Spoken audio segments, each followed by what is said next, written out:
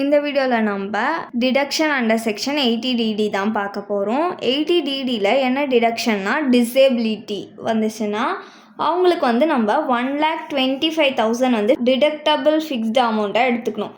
அவங்க வந்து 40,000 செலவு பண்ணியிருந்தாலும் சரி, இல்லை 2 lakh செலவு பண்ணியிருந்தாலுமே சரி, நம்ம வந்து இந்த 1,25,000ன்றது ஃபிக்ஸ்டு அமௌண்ட்டாக அவங்களுக்கு வந்து டிடெக்ட் பண்ணிடணும். சிவியர் டிசேபிலிட்டின்ற வார்த்தை கொடுத்தா தான் நம்ம வந்து 1,25,000 வந்து டிடக்டபிள் அமௌண்ட்டாக எடுத்துக்கணும். அது மாதிரி டெபாசிட்டட் அமௌண்ட்லாம் கொடுத்தாங்கன்னா அதெல்லாம் நம்ம வந்து எடுத்துக்கக்கூடாது. நெக்ஸ்ட்டு வெறும் டிசேபிலிட்டி அப்படின்னு கொடுத்துருந்தாங்கன்னா அதுக்கு ஃபிக்ஸ்டு அமௌண்ட் வந்து 75,000. 40% ஆஃப் டிசேபிலிட்டினா அது வந்து வெறும் டிசேபிலிட்டி.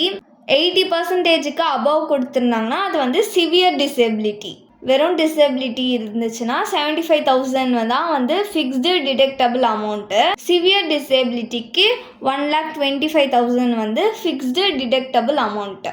இப்போ நம்ம வந்து எக்ஸசைஸ் 13 பார்க்கலாம். முருகன்ன்றவர் வந்து அவரோட ப்ரீவியஸ் இயர் இன்கம்க்கு சம்மந்தப்பட்ட இன்ஃபர்மேஷன்ஸ் எல்லாம் சப்மிட் பண்ணுறாராம். என்னென்ன இன்ஃபர்மேஷன்ஸ்லாம் கொடுத்துருக்காருன்னு பார்க்கலாம். சேலரி வந்து 10 lakh, ஹவுஸ் ப்ராப்பர்ட்டியிலேருந்து ரெண்ட் எவ்வளோ ரிசீவ் பண்ணியிருக்காருன்னா 60,000. அவர் ரெண்ட்டு ரிசீவ் பண்ணியிருக்காரு. அப்போ இது என்னது, income. Next winning from lottery cross தான் கொடுத்துருக்காங்க 40,000. ஸோ இந்த அமௌண்ட் ஸ்ட்ரெயிட்டாக தான் எடுத்துப்போம்.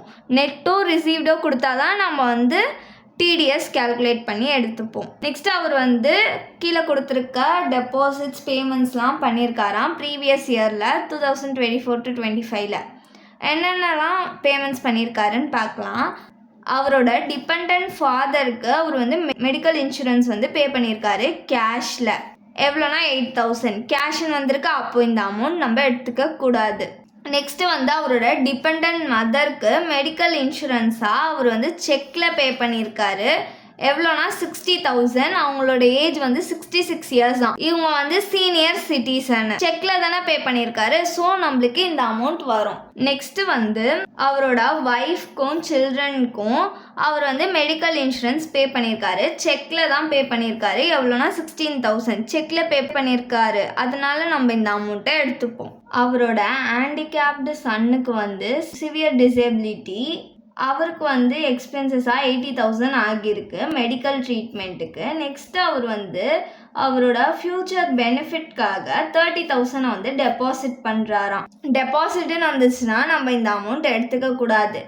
அவருக்கு சிவியர் டிசேபிலிட்டின்னு மென்ஷன் பண்ணியிருக்காங்க. அப்போது 1,25,000 ஃபிக்ஸ்டு அமௌண்ட்டு. இது வந்து டிடெக்டபிள் 80,000 நம்ம எடுத்துக்க மாட்டோம். நம்மள வந்து அவரோட நெட் இன்கம்மை கேல்குலேட் பண்ண சொல்லியிருக்காங்க. இதோட ஃபார்மேட் வந்து பர்டிகுலர்ஸ் ருபீஸ். இந்த சம்பளம் நம்மள வந்து நெட் இன்கம் தான் கேல்குலேட் பண்ண சொல்லியிருக்காங்க. ஃபர்ஸ்ட் என்ன கொடுத்துருக்காங்க, சேல்ரி எவ்வளோனா 10 lakh. வெறும் சேலரின்னு தான் கொடுத்துருக்காங்க, நெட் சேலரின்னு கொடுக்கல. அதனால நம்ம என்ன பண்ணணும், டிடக்ஷனை மைனஸ் பண்ணணும். Minus standard deduction under section 16. Standard deduction சேலரிக்கு எவ்வளோனா 50,000. இப்போ இது ரெண்டுத்தையும் மைனஸ் பண்ணி அவுட்டர் காலமில் போட்டுக்கலாம். மைனஸ் பண்ணோன்னா நம்மளுக்கு 9,50,000 கிடைக்கும். இந்த ஸ்டாண்டர்ட் டிடக்ஷன் வந்து நம்மளுக்கு கொஷின்லலாம் கொடுத்துருக்க மாட்டாங்க. போன செமஸ்டர்லேயே நம்ம வந்து படித்தோம்ல, சேலரிக்கு ஸ்டாண்டர்ட் டிடக்ஷன் வந்து 50,000ன்ட்டு. ஸோ இங்கே வந்து நெட் சேலரின்னு கொடுக்காததுனால நம்ம சேலரி அமௌண்ட்லேருந்து ஸ்டாண்டர்ட் டிடக்ஷனை மைனஸ் பண்ணிக்கிட்டோம். நெக்ஸ்ட்டு வந்து என்ன கொடுத்துருக்காங்க, rent received from house property. எவ்வளோ அமௌண்ட்னா 60,000.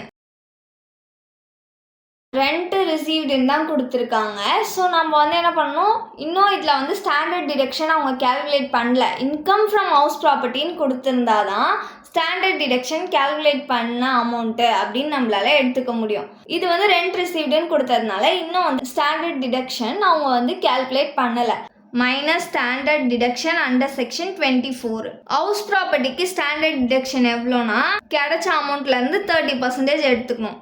எவ்வளோ அமௌண்ட் கொடுத்துருக்காங்க, 60,000 இன்ட்டு 30 டிவைடட் பை 100. பர்சன்டேஜ்ன்றதுனால கீழே 100 போட்டிருக்கேன்.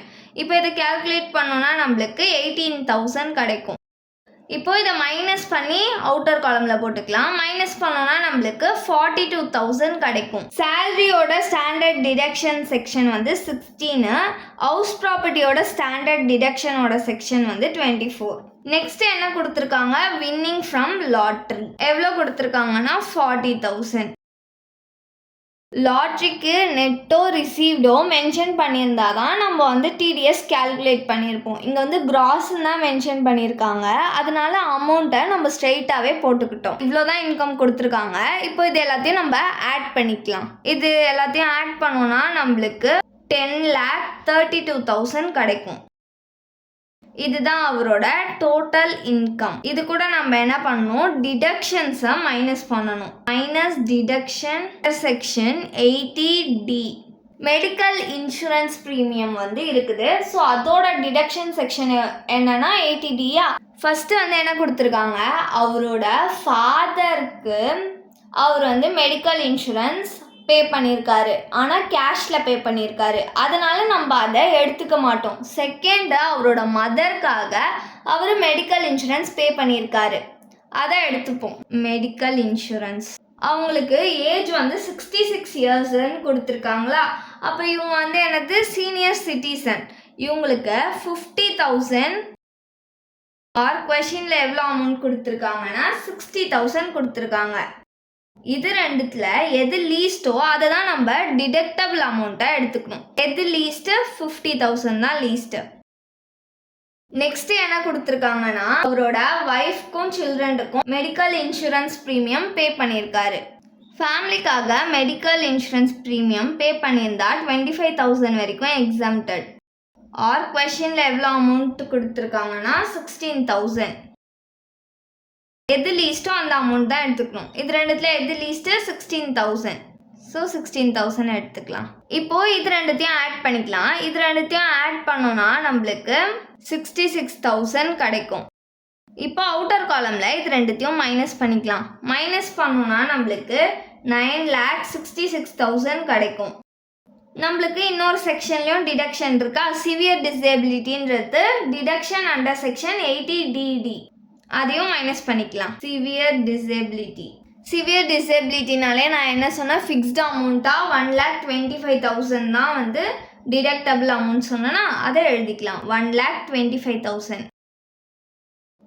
80DDல இந்த ஒரு டிடக்ஷன் தான் இருக்குது. இப்போ இது ரெண்டுத்தையும் மைனஸ் பண்ணிக்கலாம். மைனஸ் பண்ணோன்னா நம்மளுக்கு 8,41,000 கிடைக்கும். இதுதான் அவரோட நெட் இன்கம்.